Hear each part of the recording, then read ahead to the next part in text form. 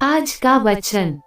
पहला पाठ न्यायकर्ताओं का ग्रंथ, अध्याय 9 पद संख्या 6 से 15। इसके बाद सिखेम और बेत मिल्लो के सब नागरिक सिखेम के बड़े पत्थर के निकट बलूत वृक्ष के पास एकत्र हो गए और उन्होंने अबीमेलेक को राजा घोषित किया। जब योताम को इसकी सूचना मिली तो वह जाकर गरिज्जीम पर्वत के शिखर पर खड़ा हो गया। उसने ऊंचे स्वर में लोगों को संबोधित करते हुए कहा, सिखेम के नागरिकों, मेरी बात सुनो, जिससे प्रभु तुम लोगों की बात सुने। वृक्ष किसी दिन राजा का अभिषेक करने निकले। वे जैतून के पेड़ से बोले, आप हमारे राजा बन जाए। किंतु जैतून वृक्ष ने उन्हें यह उत्तर दिया, यह क्या? मैं वृक्षों पर राज्य करने के लिए अपना ये तेल क्यों छोड़ दूं, जिसके द्वारा देवताओं और मनुष्यों का सम्मान किया जाता है। तब वृक्ष अंजीर के पेड़ से बोले, आप हमारे राजा बन जाए। किंतु अंजीर वृक्ष ने उन्हें उत्तर दिया, यह क्या? मैं वृक्षों पर राज्य करने के लिए अपना बढ़िया मधुर फल क्यों छोड़ दूं? इसके बाद वृक्ष अंगूर के पेड़ से बोले, आप हमारे राजा बन जाए। और अंगूर के पेड़ ने उन्हें यह उत्तर दिया, यह क्या? मैं वृक्षों पर राज्य करने के लिए अपना ये रस क्यों छोड़ दूं, जो देवताओं और मनुष्यों को आनंदित करता है। तब सब वृक्ष कंटीली झाड़ से बोले, आप हमारे राजा बन जाए।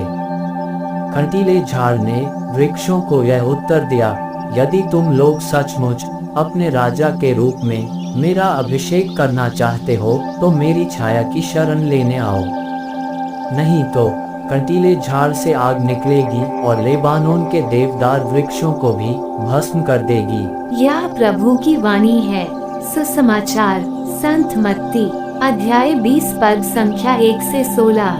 स्वर्ग का राज्य उस भूमिधर के सदृश है जो अपनी दाखबारी में मजदूरों को लगाने के लिए बहुत सवेरे घर से निकला। उसने मजदूरों के साथ 1 दीनार का रोजाना तय किया और उन्हें अपनी दाखबारी भेजा। लगभग पहले पहर वह बाहर निकला और उसने दूसरों को चौक में बेकार खड़ा देखकर कहा, तुम लोग भी मेरी दाखबारी जाओ, मैं तुम्हें उचित मजदूरी दे दूंगा। और वे वहां गए। लगभग दूसरे और तीसरे पहर भी उसने बाहर निकलकर ऐसा ही किया। वह 1 घंटा दिन रहे, फिर बाहर निकला और वहां दूसरों को खड़ा देखकर उनसे बोला, तुम लोग यहाँ दिन भर क्यों बेकार खड़े हो? उन्होंने उत्तर दिया, इसलिए कि किसी ने हमें मजदूरी में नहीं लगाया। उसने उनसे कहा, तुम लोग भी मेरी दाखबारी जाओ।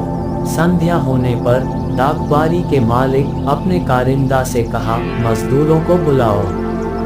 बाद में आने वालों से लेकर पहले आने वालों तक सबको मजदूरी दे दो। जब वे मजदूर आए तो 1 घंटा दिन रहे, काम पर लगाए गए थे, तो उन्हें 1-1 दीनार मिला।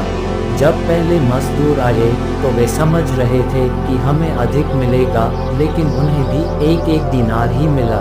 उसे पाकर वे ये कहते हुए भूमिधर के विरुद्ध भुना भुनाते थे, इन पिछले मजदूरों ने केवल घंटे भर काम किया, तब भी आपने इन्हें हमारे बराबर बना दिया, जो दिन भर कठोर परिश्रम करते और भूख सहते रहे। उसने उनमें से एक को ये कहते हुए उत्तर दिया, भाई, मैं तुम्हारे साथ अन्याय नहीं कर रहा हूँ। क्या तुमने मेरे साथ 1 दीनार नहीं तय किया था? अपनी मजदूरी लो और जाओ।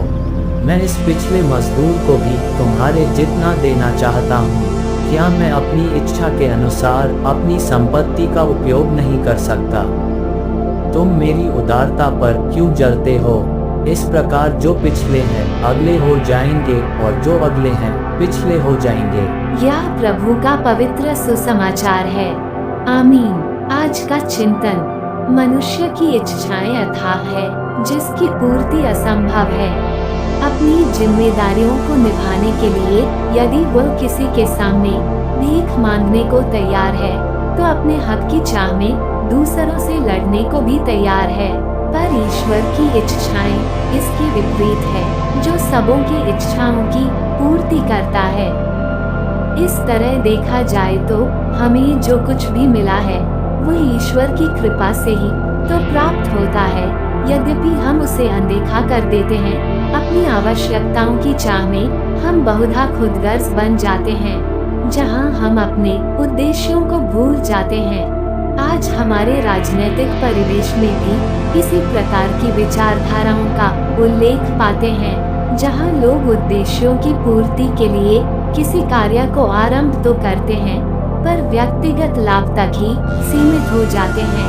आज हम मनन करें, क्या हम मिले वरदानों या उपलब्धियों के लिए कृतज्ञ हैं, या फिर हम स्वार्थ लाभ से प्रेरित हैं? आमीन।